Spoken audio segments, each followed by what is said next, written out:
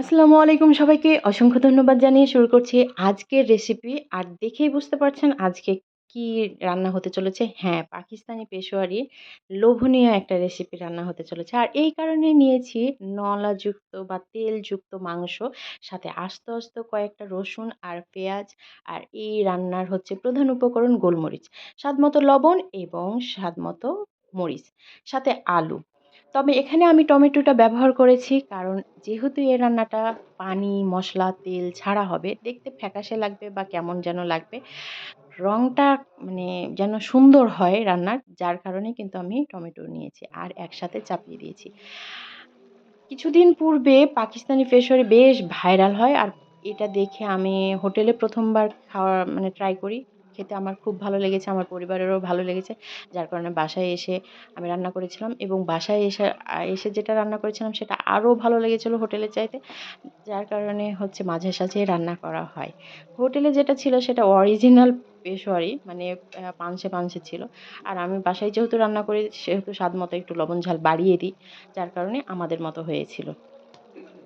তো এই রান্নাটা হচ্ছে খুবই সহজ। আমার কাছে মনে হয় যে একসাথে সবকিছু চাপিয়ে দিলাম অল্প সময়ে, মানে অল্প উপকরণ দিয়ে। তারপরে অল্প আঁচে অনেকক্ষণ দীর্ঘ সময় নিয়ে কিন্তু এই রান্নাটা করতে হয়।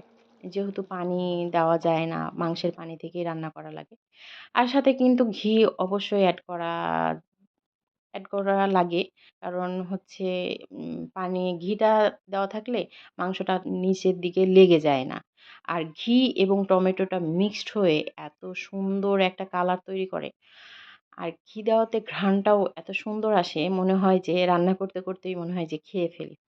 তো এর আগেও কিন্তু আমি এই রেসিপি একবার দিয়েছিলাম, পোস্ট করেছিলাম। তো সেখানে আ কিছু আপু বলেছিলেন যে তারাও নাকি উম আমার রান্না দেখে রান্না করেছেন। কিন্তু মাংস সিদ্ধ হয়নি।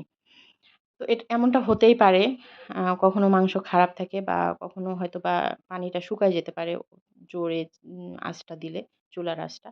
আর এই যে দেখেন আমার আলুটা কি সুন্দর মজে গেছে। রসুন, পেঁয়াজ সব কিন্তু নিমেষেই গলে গেছে। তো তাদের সেই আপুদের উদ্দেশ্যে বলি যে আপনারা চাইলে কিন্তু প্রেশারেও দিতে পারেন। তবে প্রেশারে স্বাদ ভালো থাকবে কিনা বা আলুটা আস্ত থাকবে কিনা এ বিষয়ে আমি ঠিক বলতে পারছি না। আবার চাইলে সয়া সসও দেওয়া যেতে পারে। সয়া সস দিলে মাংসটা একটু মজে যায়। তো দেখেন কি সুন্দর হয়েছে আমার। আর আলুটা দেখতে খুবই লোভনীয় লাগছে, সাথে মাংসগুলো খুব সুন্দর হয়েছে। তো এই ছিল আমার পেশোয়ারি রান্না। আসলে পেশোয়ারি বললে ভুল হবে। কারণ আমি ২ টা তেজপাত দিয়েছি, ১ টা দারচিনি দিয়েছি। কারণ আমার কাছে মনে হয়েছে আমরা তো বাঙালি। এইটাতে দিতেই পারি নিজের মতো স্বাদ করে। আসলে খাবার তো রুচির ব্যাপার। এখানে একেকজনের একেক রকম রুচি। তো আমি শুধু এই যে ১ টা দারচিনি আর ২ টা তেজপাতা ব্যবহার করেছি। তো খুবই পছন্দ, আমার পরিবারের সবারই খুব পছন্দ আর হয়ে গেছে। এর বেশি রান্না করা যাবে না। কারণ হচ্ছে লেগে যাবে, তখন মাংসটা নিচে লেগে যাবে। তো এই তো কেমন লাগলো আমার রেসিপিটি? অবশ্যই কমেন্টে জানাবেন। যারা খেয়েছেন তারা তো জানেন কেমন স্বাদ। আর যারা খাননি তারা অবশ্য বাসায় ট্রাই করে দেখতে পারেন। আর আমি আরেকটা বিষয় বললাম যে খাবার-দাবার কিন্তু রুচির ব্যাপার। আমার কাছে যেটা ভালো লাগছে সেটা অন্যদের কাছে যে ভালো লাগবে এমনটা না। তবে তেল মশলা ছাড়াও যে এত সুন্দর লোভনীয় রান্না হয় সেটা কিন্তু হচ্ছে যে আমি এই খাবারটা খেয়ে বুঝেছি। তো আপনারা চাইলে কিন্তু ট্রাই করতেই পারেন। এটা হচ্ছে যে তো সবাই ভালো থাকবেন, সুস্থ থাকবেন। আল্লাহ হাফেজ।